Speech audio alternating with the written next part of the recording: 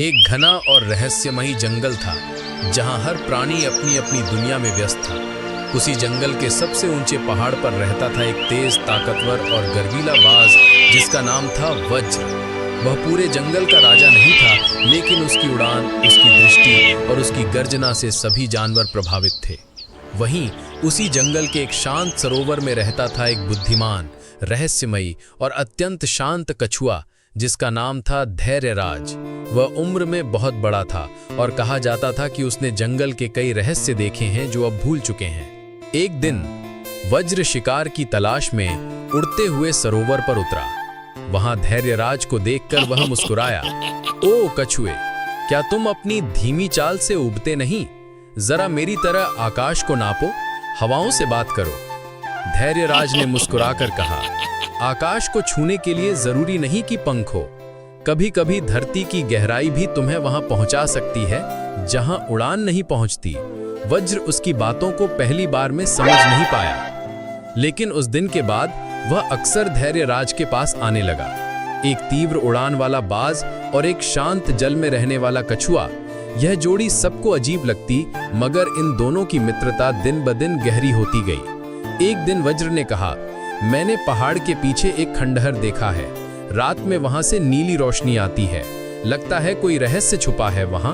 धैर्यराज की आंखें गहरी हो गईं। उसने कहा, उस ओर मत जाना वज्र, वहां जो है वह सिर्फ दिखता सुंदर है, मगर भीतर अंधकार है।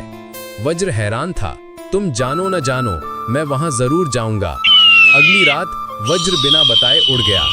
खंडहर में पहुंचते ही वह रोशनी के पास गया और तभी जमीन पर बिछा एक जाल फट से बंद हो गया। वज्र जकड़ लिया गया। झाड़ियों के पीछे से एक आदमी निकला, एक शिकारी। उसने नीली रोशनी को चारा बनाकर पक्षियों को पकड़ने का फंदा रच रखा था। उधर सरोवर पर बैठे धैर्यराज ने अपनी आंखें बंद की और जल में उतरकर अदृश्य हो गया। खंडहर में जमीन कांपने लगी। शिकारी घबरा गया।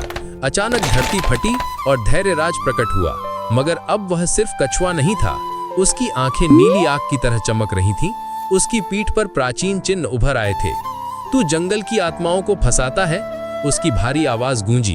शिकारी डर के मारे भाग गया। धैर्यराज ने मंत्रों से जाल खोला, वज्र को मुक्त किया और कहा, हर उड़ान का मूल्य होता है वज्र। यह जंगल सिर्फ ताकत से नहीं, चेतना से सुरक्षित रहता है। वज्र ने पूछा, तुम कौन हो वास्तव में?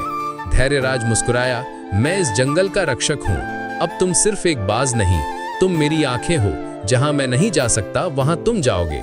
उस दिन से जंगल में दो रक्षक हो गए, एक गहराई में बैठा हुआ, दूसरा ऊंचाइयों पर उड़ता हुआ। अब जब भी जंगल में नीली रोशनी दिखाई देती, कोई न कोई शिकारी गायब हो जाता और लोग कहते, वज्र और धैर्यराज। अगर आपको ये वीडियो अच्छा लगा हो तो एक प्यारा सा लाइक जरूर करें और ऐसी ही कहानियाँ रोजाना देखने के लिए हमारे चैनल को सब्सक्राइब करना ना भूलें।